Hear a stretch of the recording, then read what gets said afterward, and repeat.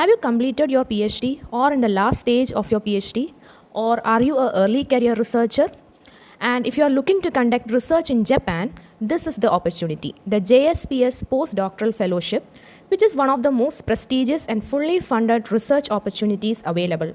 This program allows international researchers to collaborate with leading Japanese institutions and universities while receiving a generous financial support. And guess what? You don't need to know Japanese language.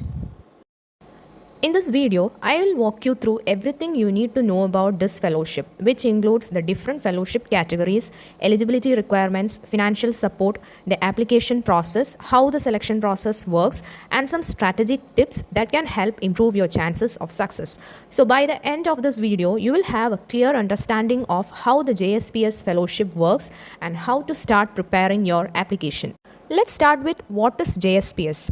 JSPS is Japan Society for the Promotion of Science. This is an independent administrative institution supported by the Japanese government with a mission to promote the advancement of science and international academic collaborations. They have several fellowship programs which are mostly international, and JSPS is one of the most sought after opportunities which invites researchers from across the world to work with Japanese host institutions. And guess what? It supports research across all academic disciplines. And in the International Postdoctoral Research Fellowship, this JSPS, there are two main fellowship tracks. The first is the Standard Postdoctoral Fellowship. It is also known as Category P. The second is the Short-Term Postdoctoral Fellowship, which is known as Category PE. Both programs require applicants to conduct their research under the supervision of a Japanese host researcher at an eligible Japanese institution. Now let's see the two tracks in detail. The first one is Standard Fellowship or Category P. This is designed for early career researchers, and here the applicant must have obtained their PhD within the past 6 years or be close to completing it by the deadline. The fellowship duration ranges from 12 to 24 months, that is 1 to 2 years, making it suitable for researchers planning a substantial collaborative project in Japan. This program is open to all academic fields, and applicants must be nationals of countries that maintain diplomatic relations with Japan. Now let's see the second category, the short-term fellowship or category PE. The short-term fellowship is designed primarily for researchers from North America, Europe, and other countries that have a bilateral agreement with the Japanese society or Japanese government. The duration ranges from 1 to 12 months, that is maximum of up to 1 year, and thus making it ideal for short collaborative visits or initiating a long-term partnerships. And for this program also, like the earlier track, the applicant must have obtained their PhD within the past 6 years or be near completion of their doctoral degree. Now let's see the very interesting part, the financial support. The JSPS Postdoctoral Fellowship provides a generous financial support. This includes round-trip international airfare, which is economy class, and a monthly maintenance allowance of 3,62,000 Japanese yen for PhD holders, that is if you already have a completed PhD degree, and if you are in the final stage of PhD or have not yet awarded the PhD, then you will get 2 lakh Japanese yen per month. In addition, the fellows also receive a one-time settling in allowance of 2 lakh Japanese yen if their stay is 3 months or longer, and the program also provides overseas travel insurance and research support funding, and these two through their host institution. Now there are some critical eligibility rules apart from those we have discussed earlier. These are: the applicants must have obtained their PhD within the past 6 years and cannot be a Japanese citizen or permanent resident of Japan. Also, their degree must not be awarded by a Japanese university. Another critical point is that the application is submitted by the Japanese host researcher through a host institution. This host researcher means a mentor through a host institution in the Japan, not by the applicant directly. If you are still completing your PhD, it must be fully awarded before the fellowship start date, that is you must have defended your thesis before the start date of the fellowship.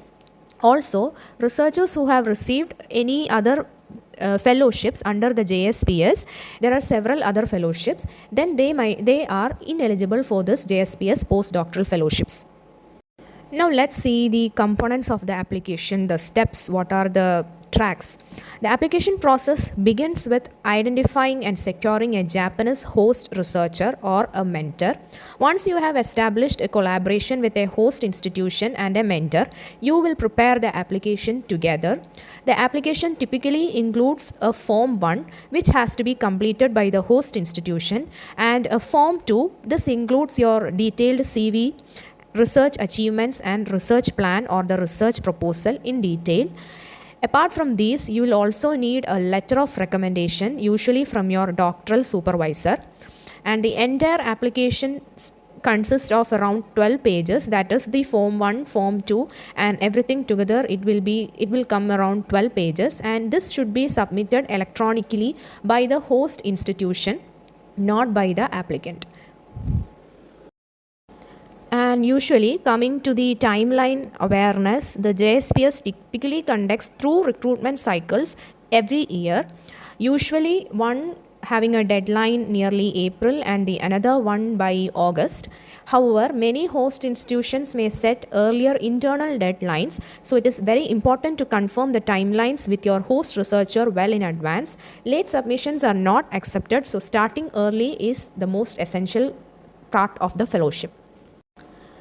And regarding the selection process, the applications are reviewed by a JSPS International Peer Reviewer Committee, and during evaluation, the reviewers consider several key criteria: the scientific merit of the research proposal, the feasibility of the project, the depth of collaboration between the applicant and the host researcher, the research environment provided by the host institution, and the overall mutual benefit of the collaboration for both parties are the key criteria.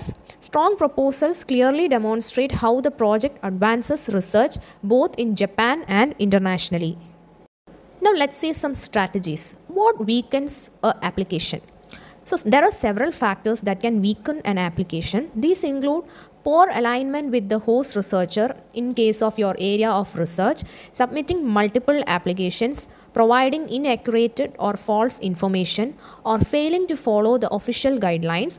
I will attach the link to the guidelines here, and it has to be followed very strictly. And the guidelines, I should say, it is a well defined one which includes everything regarding including the formatting of the application as well. So applications may also be weakened by vague research plans, unrealistic timelines. Always keep in mind that this is of maximum 2 years, so the timelines should fit within, or failing to clearly demonstrate how the research benefits Japan. And coming to the common proposal problems that reviewers often notice include poorly communicated research impact, lack of originality, overly complex writing, too much text without any diagrams or tables. Also, too many tables or figures are also inappropriate, but you should place it accordingly in a balanced manner. Unclear methodology, then incorrect citations, and improper use of AI tools in the proposal preparation. AI generated content is allowed, but it is upon the risk of the applicant. So a clear, concise, and well structured proposal is essential. Here, proposal is the king. Now, what can strengthen your application? Strong applications usually have several common features. They present clear research objectives, well-defined methodology, and a realistic research timeline. Successful proposals also demonstrate complementary expertise between the applicant and the host researcher, and they outline the potential for a long-term collaboration. So, innovative ideas and have an applied impact and a clear research impact can significantly strengthen the proposal. Remember that the JSPS Fellowship is not simply a financial support. This is a program designed to promote international scientific exchange, to build a strong application, identify the right host researcher or mentor, the institution, then develop a focused and realistic research plan with realistic timelines, and clearly demonstrate how the collaboration will benefit both the researchers and institutions. So, strategic preparation can significantly increase your chances of success. And some additional information I would like to share. In addition to the JSPS Postdoctoral Fellowship, the JSPS offers several other research programs as well. These include research fellowships for young scientists such as DC, PD, RPD fellowships. These are also invitational fellowships, bilateral joint research projects, and overseas fellowships designed for Japanese researchers especially, and some of them are also open to international researchers. So if you are interested, we will do some videos on those as well. Exploring these options can help you identify additional collaboration opportunities with Japanese institutions.